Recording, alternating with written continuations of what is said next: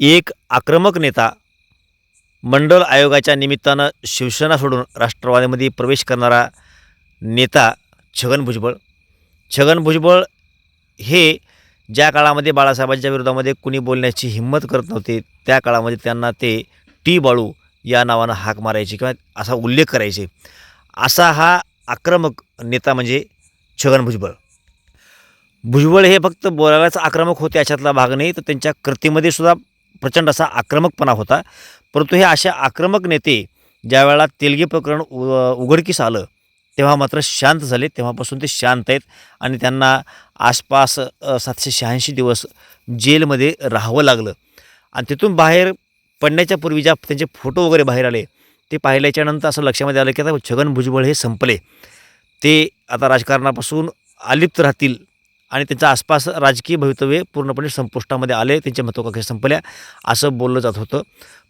तिथून बाहेर पडल्याच्यानंतर ते निमूटपणे जे मंत्रिपद भेटेल ते घेतील, काम करतील अशा पद्धतीने त्यांचा कार्यक्रम चालू होता आणि ते शांतपणे काम पण करत होते. परंतु मधल्या काळामध्ये अजित पवार यांनी बंड पुकारलं आणि तिथून पुढे शरद पवारांच्या विरोधामध्ये त्यांनी भूमिका घेतली आणि त्यांनी आक्रमकपणे आपली मतं मांडायला चालू केली. आणि आत्ता मराठा आरक्षणाच्या पार्श्वभूमीवरती ओबीसी वर्सेस मराठा यामध्ये ओबीसींची बाजू ते खंबीरपणे मांडताना दिसत आहेत. परंतु इतक्या आक्रमकपणे भूमिका मांडत असताना त्यांना या गोष्टीची सुद्धा कल्पना असू शकणार आहे की त्यांचे जे काही वेगवेगळे प्रकरण आहेत, न्यायप्रविष्ट आहेत, काही गोष्टीचा निकाल लागला असेल तर, परंतु बऱ्याच गोष्टी आहेत की ज्या आणखीन उकरून निघू शकतात. आणि अशा पार्श्वभूमीमध्ये त्यांनी इतका आक्रमकपणा घेणं शक्य नाही अशी चर्चा आहे. परंतु ते इतके आक्रमक झाले असतील तर त्यांना निश्चितपणे त्यांच्या पाठीमागं जे डोकं आहे ते डोकं कोणाचं आहे हे सुद्धा आपल्याला पाहणं गरजेचं वाटतं. आणि तेच कुठलं डोकं असू शकतं याची शक्यता असणारे काही चेहरे, काही डोके आपण तपासण्याचा प्रयत्न करू की यांच्या पाठीमागं नेमकं आहे कोण.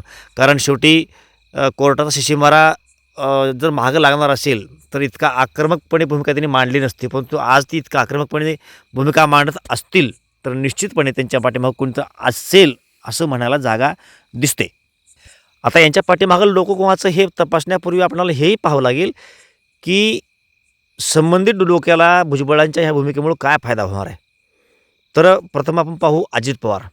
आता अजित पवार हे भुजबळांच्या पाठीमागं असतील का, तर तशी शक्यता फार कमी दिसते. कारण अजित पवार हे मराठा समाजाच्या नेतृत्व करतात. त्याचबरोबरीनं राष्ट्रवादी हा मराठ्याचा पक्ष आहे असं महाराष्ट्रामध्ये बोललं जातं आणि मराठ्यांच्या विरोधामध्ये भुजबळ ही भूमिका मांडत आहेत. त्यामुळे निश्चितपणे अजित पवार यांना त्या गोष्टीचा घाटाच होणार आहे. त्याचबरोबरीनं ओबीसी समाज आज अजित पवार यांच्या पाठीमागे येईल असं गणित मारायचं म्हटलं तर भुजबळ यांना सरळ सरळ ते पाठबळ देतेत असं पण दिसत नाही आहे. आणि त्यामुळं ओबीसीसुद्धा ह्यांच्या पाठीमागे येईल अशी शक्यता कमीच आहे. त्यामुळं अजित पवार हे त्यांच्या पाठीमागं असतील असं वाटायला फारच कमी जागा आहे. अजित पवार नसतील तर मग दुसरं डोकं तपासून पाहू आणि ते म्हणजे शरद पवार. शरद पवार यांच्या सांगण्यावरून भुजबळ अशा पद्धतीने भूमिका मांडत आहेत अशी आपण शक्यता गृहीत धरली तर शरद पवार असं करण्यामागं कारण काय, तर अजित पवार यांची फूट झाल्याच्यानंतर अजित पवारांचं जे बळ आहे ते बळ कमी करण्यासाठी ते छगन भुजबळ यांना बळ देऊ शकतात. आणि ह्या बळ देण्यामागला फायदा काय, तर छगन भुजबळ आणि अजित पवार यांच्यामध्ये परत आणखी एक फूट करायची आणि त्यांचे 2 गट पाडायचे आणि त्यामुळं निश्चितपणे अजित पवारांची ताकद कमी होणार आहे. आता हे सर्व जरी असं गणित शक्य असेल शरद पवार यांच्या धोरणातून, डोक्यातून, परंतु ते हे गणित छगन भुजबळ स्वीकारतील याची शक्यता फारच कमी आहे. आणि त्यामुळं शरद पवारसुद्धा या आक्रमक भूमिकेमागं छगन भुजबळांच्या असतील असं वाटायला जागा कमीच आहे. आता आणखी एक डोकं असू शकतं ते म्हणजे एकनाथ शिंदे. भुजबळामुळे एकनाथ शिंदे यांना काय फायदा होईल, तर मराठा आरक्षणामध्ये जर बॅकफूटवरती एकनाथ शिंदे गेले आणि त्यांना काही अडचण निर्माण झाली आणि खुर्ची गेलीच तर ओबीसी समाज हा देवेंद्र फडणवीस यांना पर्याय बघण्यापेक्षा ओबीसी नेता म्हणून छगन भुजबळ यांच्याकडे सुद्धा एक पर्याय म्हणून ओबीसी समाज पाहू शकतो. हा एक भाग झाला, हा फायदा त्यांना होऊ शकतो. दुसरा फायदा मराठा आरक्षणाचा जे काही कुणबीचा विषय आहे त्यावरून स्वतंत्र मराठा आरक्षण हा मुद्दा प्रकर्षाने भुजबळांच्या तोंडून वदवायचा आणि जरांगीचं जी काही मागणी आहे ती मागं साईडलाईन करायची, हा त्यांना फायदा होऊ शकतो. त्याचबरोबरीनं जे मुख्यमंत्रीपदासाठी स्पर्धक आहेत अजित पवार. त्यांच्याच गटामधून भुजबळ यांना बळ द्यायचं आणि त्यांची ताकद कमी करायचं, आणि एक स्पर्धक कमी कसा होईल ह्यासाठीचा प्रयत्न करायचा. हाही त्यांचा फायदा या ठिकाणी दिसतोय. म्हणजेच काय तर फडणवीस आणि अजित पवार ह्या दोन्हीलाही भुजबळांच्या माध्यमातून शह देता येऊ शकेल असा या ठिकाणी शिंदे यांचा फायदा आहे असं दिसतंय. भुजबळांच्या आक्रमक भूमिकेमागं हे डोकं असण्याची जास्तीत जास्त शक्यता आहे आणि ते डोकं म्हणजे फडणवीस यांचं. आतापर्यंत आपण जितके डोके पाहिले त्या सगळ्यामध्ये हे डोकं यांच्या पाठीमागं असू शकतं ह्याची शक्यता सर्वात जास्त आहे.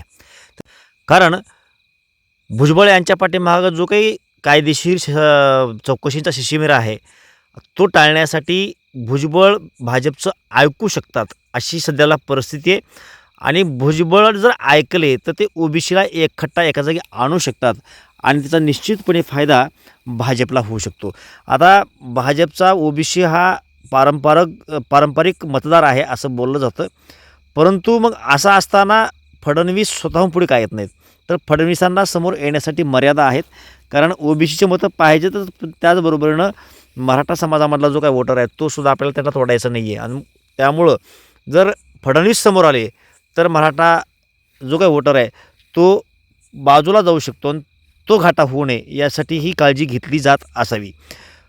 भुजबळ जर समोर आले तर त्यांनी आता याप्रमाणे सर्व जी काही ओबीसीचे नेते आहेत त्या सर्वांना एकत्रित केलं आहे आणि जे काही विखुरलेला ओबीसी समाज आहे आधीच भाजपचा आहे परंतु तो आणखी एकखट्टा करण्याची भूमिका भुजबळ यांनी जर स्वीकारली असेल तर निश्चितपणे हे साठालोटं असू शकतं की तुम्ही आम्हाला ओबीसी एकखट्टा करून द्या, त्याचं रूपांतर भाजपच्या मतदारामध्ये ते होऊ शकेल ह्याची खबरदारी घ्या आणि त्या बदल्यामध्ये तुमच्या पाठीमागील जी काही कायदेशीर प्रक्रिया अडचणी आहेत त्या आम्ही दूर करू असं मधल्यामध्ये काही बोलणं होऊ शकतं. अशी शक्यता नाकारता येत नाही आणि त्या अनुषंगानं भुजबळ आक्रमक झाले असावेत अशी पण शक्यता नाकारता येत नाही. कारण भुजबळ आक्रमक झाल्यामुळं ओबीसी हा भाजपचा मतदार एकखट्टा होणार आहे आणि त्याचबरोबरीनं भाजपचे प्रत्यक्ष नेते मराठा समाजाच्या विरोधामध्ये बोलत नसल्यामुळं जो मराठा समाजामधला काही मतदार आहे भाजपचा तोही सोबत येणार आहे आणि ह्या सर्वांचं गणित मारून येणाऱ्या काळामध्ये जे काही 2024ला इलेक्शन होणार आहे त्या इलेक्शनमध्ये ह्यांना निश्चितपणे त्याचा फायदा होऊ शकतो. त्याचबरोबरनं पंकजा मुंडे सध्या नाराज आहेत. त्यांच्याकडून बऱ्याचदा अशी स्टेटमेंट आलीत की आता मी वेळ आल्याच्यानंतर मी माझी ताकद दाखवीन वगैरे वगैरे. आणि कदाचित पंकजा मुंडे यांनी ओबीसी मतदार जर डायव्हर्ट केला भाजपपासून तर घाटा होऊ शकतो. कदाचित हे लक्षामध्ये घेऊनसुद्धा पंकजाला एक पर्याय म्हणून ओबीसी नेता म्हणून भुजबळ यांना समोर केलं जाऊ शकतं अशी पण शक्यता नाकारता येत नाही. आणि ह्यांच्या भूमिकेतून सर्वात जास्त फायदा भाजपलाच होणार आहे असं दिसतंय. तर आपण ही 4 चेहरे पाहिले, अजित पवार असतील किंवा मग शरद पवार असतील, एकनाथ शिंदे असतील किंवा फडणवीस किंवा भाजप असेल, यापैकी कुठलं डोकं छगन भुजबळ यांच्या पाठीमागे असेल असं तुम्हाला वाटतंय ते निश्चितपणे कमेंटला कळवा. आपल्या प्रतिक्रिया निश्चितपणे आपल्याला महत्त्वाच्या आहेत. त्यातून आपल्याला हे समजू शकेल की महाराष्ट्राचा मूड काय आहे आणि महाराष्ट्राच्या मते भाजप किंवा फडणवीस हे भुजबळच्या पाठीमागे आहेत की आणखीन कोण आहेत हे कळणं गरजेचं. आणि त्या अनुषंगानं आपल्या कमेंट्स महत्त्वाच्या आहेत. कमेंट अवश्य करा. व्हिडिओ आवडला असेल तर लाईक करा, माहिती आवडली असेल तर व्हिडिओला सुद्धा लाईक करून इतरांपर्यंत पोहोचवा. आणि चॅनलवर आणखी नवीन असाल तर चॅनलला निश्चितपणे सबस्क्राईब करून घ्या जेणेकरून आपल्यापर्यंत वेळेमध्ये अशाच महत्त्वपूर्ण घडामोडी पोहोचतील. जय महाराष्ट्र.